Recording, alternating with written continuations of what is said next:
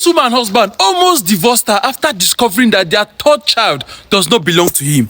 Now, according to what happened, they claim that the man was about to travel abroad and he was trying to do a dependency visa. I know for a dependency visa, this is a kind of visa whereby it will allow you to take your family along with you as you are leaving the shores of Nigeria. And you know that one of the demands of this kind of visa is that all the family members that you claim that they are your dependents, a DNA test must be conducted to show that this family actually belongs to you. And if in the end, somehow you find yourself in that country without a proper DNA test being carried out, it is seen as fraud. So now the man took all his children to go and do a DNA test, and he was hoping that all his children will come out to be his while they process to make their papers. Now, getting to the hospital, and after the DNA test, a DNA result came out, only for the man to discover that 2 of the children were his, and the 3rd child was not his own. The man was so angry, and when he came into the house, he was very, very furious. He met his wife, and he called her all manner of names. As a matter of fact, he picked his phone immediately, called the wife's mother and told her what has happened, called the wife's family and told her what has happened, called his family and also tell them what has actually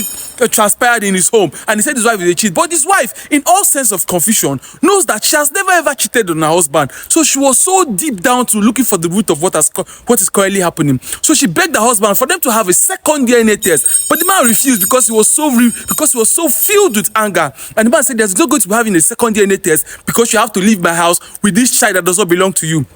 As a matter of fact, he's claiming that he's going to be taking the 2 children that belongs to him outside the country, and the woman should stay back and take care of the one that she know where she went and got that from. But the woman was so certain that this thing did not happen. So the woman then looked for money from her friend and went to the hospital and did a DNA test for herself and the child, so that to also know and do a DNA test for her husband and the child to be sure maybe there was not a mistake somewhere. What happened? But lo and behold, what actually happened was that the DNA test she did for herself and the child came out to also be negative. The DNA test she did for herself and the husband came out to also be negative. So she then found out that this child does not belong to any of them. So what must have transpired? She then remembered that during her antenatal care, when she was registering for antenatal, the law of that antenatal was that your spouse is not going to join you when you are going to be in labor. So she then said this as a warning, because she went back to the hospital, and lo and behold, thank God it was just a mistake. It was not something intentional, and they were able to trace down the family where they made that mistake. And luckily for her child was still alive. As another DNA test was